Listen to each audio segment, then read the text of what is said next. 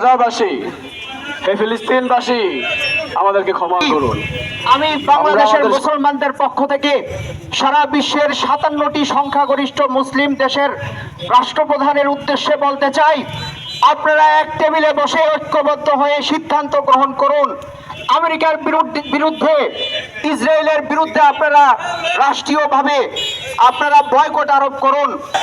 আমরা আর কোথায় নয়, হাতে অস্ত্র নিয়ে ওই কাফেরদের বিরুদ্ধে, ইসরায়েলদের বিরুদ্ধে, বর্বরদের বিরুদ্ধে লড়তে চাই। তোমরা এগুলা পরিত্যাগ করো। তোমরা গাজার দিকে তাকিয়ে দেখো, গাজার মানুষ কি অবস্থায় আছে। তাদের রক্তগুলো বন্যার মতন বেশি যাচ্ছে। আকাশগুলো লাশে ভরে গেছে, বাতাসে কান্নায়। প্রিয় দেশবাসী, প্রিয় সরকার বাহাদুরকে বলবো, আপনি আন্তর্জাতিক ব্যক্তিত্ব, আপনি আন্তর্জাতিকভাবে চেষ্টা করুন। বাঙালি যুবকদের জন্য রাস্তা খোয়ার ব্যবস্থা করুন। বাংলাদেশের লক্ষ লক্ষ যুবক অস্ত্র দিয়ে ওই ফিলিস্তিনকে, বাইতুল মুকাদ্দাসকে রক্ষা করার জন্য উদ্গ্রীব হয়ে আছে, উচ্ছ্বাসিত হয়ে আছে। ঠিক কিনা? আমরা আর কোথায় নয়, হাতে অস্ত্র নিয়ে ওই কাফেরদের বিরুদ্ধে, ইসরায়েলদের বিরুদ্ধে, বর্বরদের বিরুদ্ধে লড়তে চাই। আল্লাহ তাআলা আমাদেরকে এই ব্যক্তি ব্যবস্থা করে দেখ। প্রিয় মুসলিম যুবকরা, আজকে কোরআনে কারীমের ভিতরে জিহাদ ফরজ করা হয়েছে। আজকে বাইতুল মুকাদ্দাস নিঃশেষ, গাজা নিঃশেষ। আমরা কখন জিহাদ ফরজ আমাদের উপর আমরা বুঝবো? আরো কি জিহাদ ফরজ হওয়ার বোঝা বাকি আছে? তবে এই অবস্থায় জিহাদ ফরজ না হয়, তাহলে কোন অবস্থায় জিহাদ ফরজ হবে? সুতরাং নামাজ যেরকম ফরজ, জিহাদ এরকম আমাদের প্রতিটি রক্তের উপরে ফরজ হয়ে গেছে। ঠিক কিনা? সর্বশেষ একটা আল্লাহ রাব্বুল আলামিনের কাছে একটি ফরিয়াদ করতে চাই। হে রব্বুল আলামিন, হে রব্বুল আলামিন, আমার শরীরের রক্ত দিয়ে ওই গাজার ভূখণ্ডকে সিক্ত করে ওই গাজার জন্য, ওই ফিলিস্তিনের জন্য একটি স্বাধীনতা উপহার দিন আমাদের জন্য। সম্মানিত উপস্থিতি, এ পর্যায়ে আমাদের সামনে বাংলাদেশ খেলাফত মজলিসের সম্মানিত সেক্রেটারি জনাব মাওলানা মোহাম্মদ সগীর আহমদ 1 মিনিট মধ্যে তার বক্তব্য দেবেন। আলহামদুলিল্লাহ, আসলে আমরা অনেক স্লোগান দিয়েছি, আমার ভাই শহীদ কেন, জাতিসংঘের বিচার চাই। আর জাতিসংঘের কাছে কি বিচার চাবো? জাতিসংঘ তো কুজাতি দিয়ে ভরা। বিচার আছে তবে আল্লাহর কাছে। আল্লাহর কাছে কুনুতে নাজিল পড়ে দোয়া করতে হবে, আল্লাহর কাছে তাহাজ্জুদ পড়ে দোয়া করতে হবে এবং জিহাদের জন্য তৈরি হতে হবে। আমাদের নবী আমাদের জিহাদের শিক্ষা দিয়েছেন, দোয়া শিখিয়েছেন, আল্লাহুম্মা রযুকনা শাহাদাতান ফি সাবিলিক ওয়াজআল মাউতি বিবালাদি রাসূলিক। তাই সকল ভাইদেরকে, সারা বিশ্বের মুসলমানদেরকে আমি ঐক্য অর্জনের আহ্বান করছি। জিহাদের ঐক্য, আল্লাহর জমিনে আল্লাহ দিন কায়েমের জন্য ঐক্য। ওমা তাওফিক ইল্লা বিল্লাহ। সম্মানিত উপস্থিতি, এ পর্যায়ে বক্তব্য দেবেন উলামা মাশায়েখ আইম্মা পরিষদের সম্মানিত সভাপতি জনাব হযরত মাওলানা মোহাম্মদ ইদ্রিস নোমানী, উপজেলা মসজিদের সম্মানিত খতিব। আসসালামু আলাইকুম ওয়া রাহমাতুল্লাহি ওয়া বারাকাতুহু। সম্মানিত উপস্থিতি, ফিলিস্তিনের মুসলমানদের উপর সীমাহীন জুলুম নির্যাতন ও আমেরিকার আগ্রাসন প্রতিরোধে সারা বিশ্বের মুসলমানরা আজ ঐক্যবদ্ধ হয়েছে। মুহতারাম হাজিরিন, আমেরিকার প্রেসিডেন্ট সে দিবা স্বপ্ন দেখছে গাজাকে পর্যটন কেন্দ্র হিসেবে পরিণত করে উলঙ্গপনা, বেহায়াপনার রাজধানী হিসেবে নির্ধারণ করার দিবা স্বপ্ন দেখছে। বিশ্বের 200 কোটি মুসলমান তাই স্বপ্নকে কিছুতেই বাস্তবায়িত হতে দিতে পারে না। মুহতারাম মুসল্লিয়ান, মুহতারাম উপস্থিতি, আমি বাংলাদেশের মুসলমানদের পক্ষ থেকে সারা বিশ্বের 57টি সংখ্যাগরিষ্ঠ মুসলিম দেশের রাষ্ট্রপ্রধানের উদ্দেশ্যে বলতে চাই, আপনারা এক টেবিলে বসে ঐক্যবদ্ধ হয়ে সিদ্ধান্ত গ্রহণ করুন। আমেরিকার বিরুদ্ধে, ইসরায়েলের বিরুদ্ধে আপনারা রাষ্ট্রীয়ভাবে আপনারা বয়কট আরোপ করুন। আমেরিকার বিরুদ্ধে, ইসরায়েলের বিরুদ্ধে জিহাদ ঘোষণা করুন। পৃথিবীর লক্ষ লক্ষ কোটি কোটি মুসলিম জনতা জিহাদের ময়দানে ঝাঁপিয়ে পড়ার জন্য প্রস্তুত আছে। ঠিক কিনা বলুন? আমরা পৃথিবীর মানচিত্র থেকে ইসরায়েলকে মুছে দেব। আল্লাহ সুবহানাহু ওয়া তাআলা আমাদেরকে তৌফিক দান করুন। নাসরুম মিনাল্লাহি ওয়া ফাতহুন করিব ওয়া বাশশিরিল মুমিনিন। নারায়ে তাকবীর, নারায়ে তাকবীর, আল্লাহু আকবার। বিশ্বের মুসলিম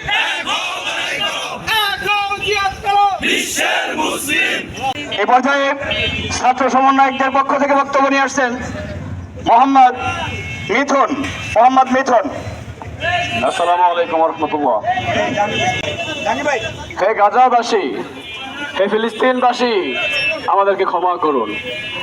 আমরা আমাদের সামর্থ্য নাই আপনাদের সামনে গিয়ে আপনাদের সাথে গিয়ে যুদ্ধ করব, আপনাদের সাথে গিয়ে যুদ্ধে অংশগ্রহণ করব।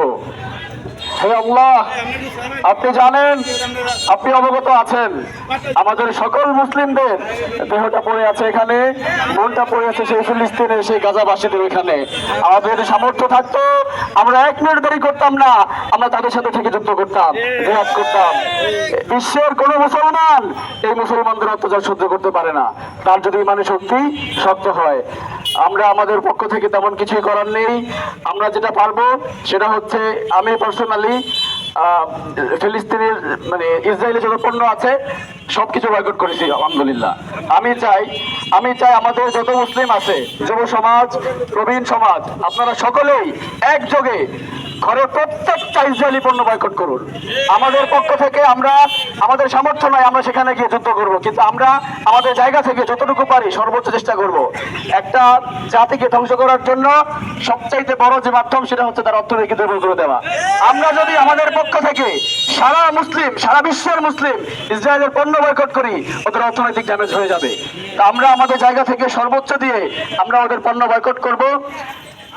আমরা চাই খুব দ্রুত আল্লাহর পক্ষ থেকে সমাধান আসুক, আল্লাহ পাক ফিলিস্তিনের মানুষদেরকে মুক্ত করে দিক। আমরা সকল ঐক্যবদ্ধ হয়ে ইসরায়েলের সকল পণ্য বয়কট করব সেই আশাবাদ ব্যক্ত করছি। আসসালামু আলাইকুম।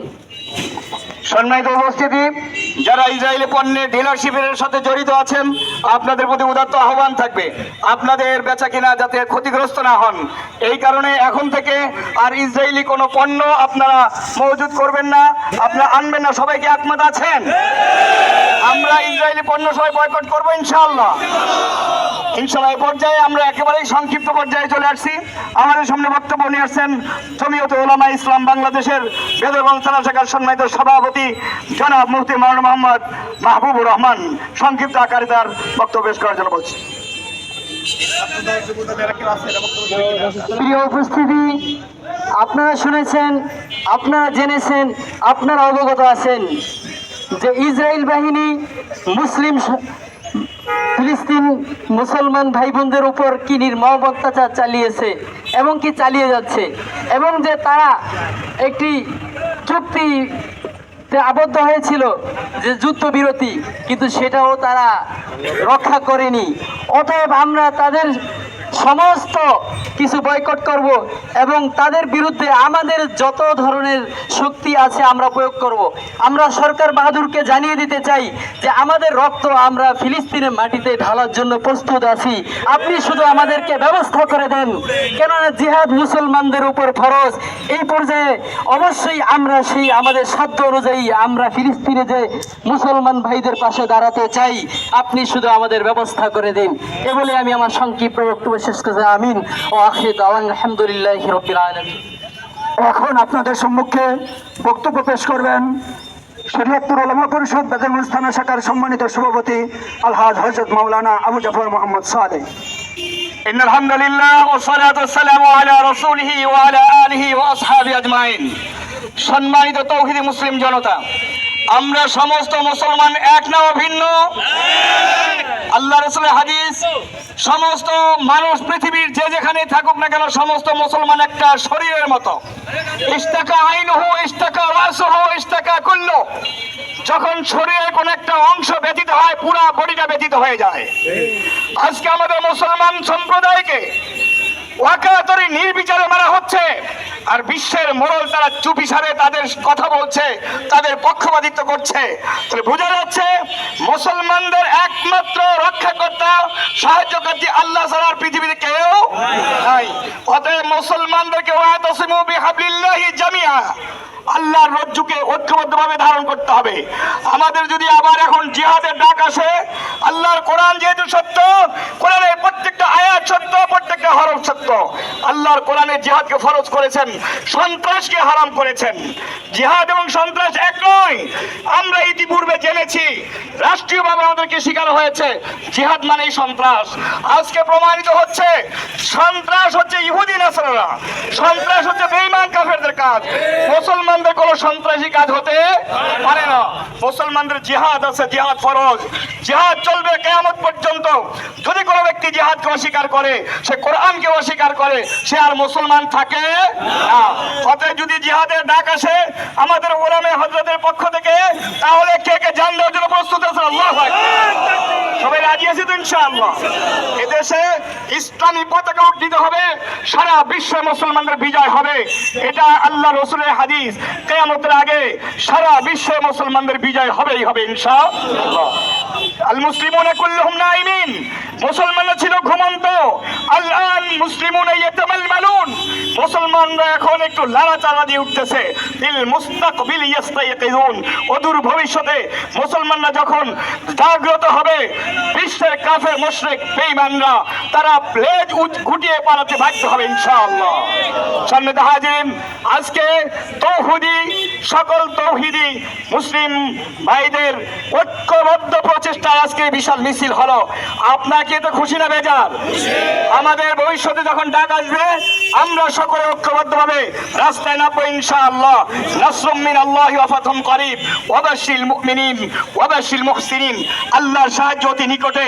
জুলুমের যখন চূড়ান্ত পর্যায়ে পৌঁছে যায়, তখন আল্লাহর সাহায্য অতি তাড়াতাড়ি নাজিল হয়। আমরা প্রতিনিয়ত একটা দোয়া পড়ব, লা ইলাহা ইল্লা আনতা সুবহানাকা ইন্নী কুনতু মিনাজ জালিমিন ফাস্তাজাবনা লাহু ওয়া নাজাইনাহু মিনাল গাম্মি ওয়া কাযালিকা নুনজিল মুমিনিন। এই দোয়া পড়ব, আল্লাহর কাছে শেষ রাতে তাহাজ্জুদ পড়ে দোয়া পড়ব। আল্লাহ তাআলা মুসলমানদের তৌহিদি জনতা, আপনার যুবকেরা, আয় আল্লাহ, যে যেই দলের যে যেই মতের হোক না কেন, মুসলমান হিসাবে আমাদের এই এত একটি মহতী অনুষ্ঠানে সার্বিক সহযোগিতা করেছে, স্লোগান দিয়েছে আমার যুবক ভাইয়েরা, আমার ছাত্র সন্তানেরা। আয় আল্লাহ, তুমি সবাইকে দ্বীনের জন্য কবুল করে নাও। আয় আল্লাহ, প্রত্যেককে তুমি শাহাদাতের মর্যাদা তুমি দান করো। আয় আল্লাহ, প্রত্যেকের পরিবার পরিজন নিয়ে সুখী শান্তিতে বসবাস করার তৌফিক দান করো। আল্লাহ, আমাদের সন্তানের জন্য যেরকম মায়া লাগে, ফিলিস্তিনের ভাইদের তো এরকম মায়া লাগে। আল্লাহ, বাবা কল্লা কাটা সন্তানকে উঁচু করে দোয়া করতেছে, তোমার কি মায়া লাগে না মাবুদ? তুমি কি আমাদের প্রতি সাহায্য করবে না মাবুদ? আর কত আমাদেরকে পরীক্ষা করবে মাওলা? তোমার গায়বী মদদের দ্বারা মুসলমানদেরকে তুমি বিজয় দান করে দাও। আল্লাহ, বাইতুল মুকাদ্দাস তো তোমারই কিবলা, তুমিই তো কিবলা বানাইছো মাওলা, সেই কিবলাকে উদ্ধার করে তৌফিক তুমি দান করে দাও। আয় আল্লাহ, সারা বিশ্ব মুসলমানদের চোখের পানিকে তুমি কবুল করে নাও। তুমি ছাড়া আমাদের আর কেউ সাহায্যকারী নাই। আয় আল্লাহ, তুমি ছাড়া আমাদের কেউ সাহায্যকারী নাই, তুমি ছাড়া আমাদের কোনো মাবুদ নাই, তুমি ছাড়া আমাদের কোনো ইলাহ নাই। আয় আল্লাহ, তুমি আমাদের দোয়াকে কবুল করে নাও। আয় আল্লাহ, তুমি আমাদের দোয়াকে কবুল করে নাও। আয় আল্লাহ, বাংলার জমিনের প্রত্যেকটা যুবককে তুমি এই দেশের শান্তি প্রতিষ্ঠার জন্য কবুল করো। আয় আল্লাহ, যারা অশান্তি করে, মানুষকে অসম্মান করে, আয় আল্লাহ, যারা দেশের মধ্যে অরাজকতা করে, তাদেরকে তুমি এই দেশে কবুল করো না মাওলা।